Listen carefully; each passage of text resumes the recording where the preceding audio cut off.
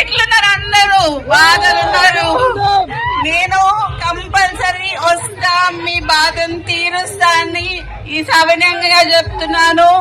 ఈ సందర్భంలో నన్ను చిన్నప్పటి నుంచి ఎత్తుకున్న రాజ్ కుమార్ అంకుల్ కి గాని, నవీన్ రాజ్ అంకుల్ కి గాని అందరికి నేను చాలా మంచి పాదాభివందనాలు చేస్తున్నా. ఎందుకంటే చిన్నప్పుడు నా ఎంఆర్ఓ ఆఫీస్ దగ్గరికి పోయి కూర్చోబెట్టి కొన్ని పుస్తకాలు అవి ఇవి ఇచ్చేటోళ్ళు. నేనేదో చదువుకున్నా అనుకున్నారు కానీ మొత్తం ఆడేదాన్ని పాపం. సో అయినా అందరికీ మీకు ఈ విషయం తెలుస్తుంది. కొన్నా మురళి మాట్లాడిందంటే ఎదురుంగున్నోడి గుండెల పండుకుంటాడు.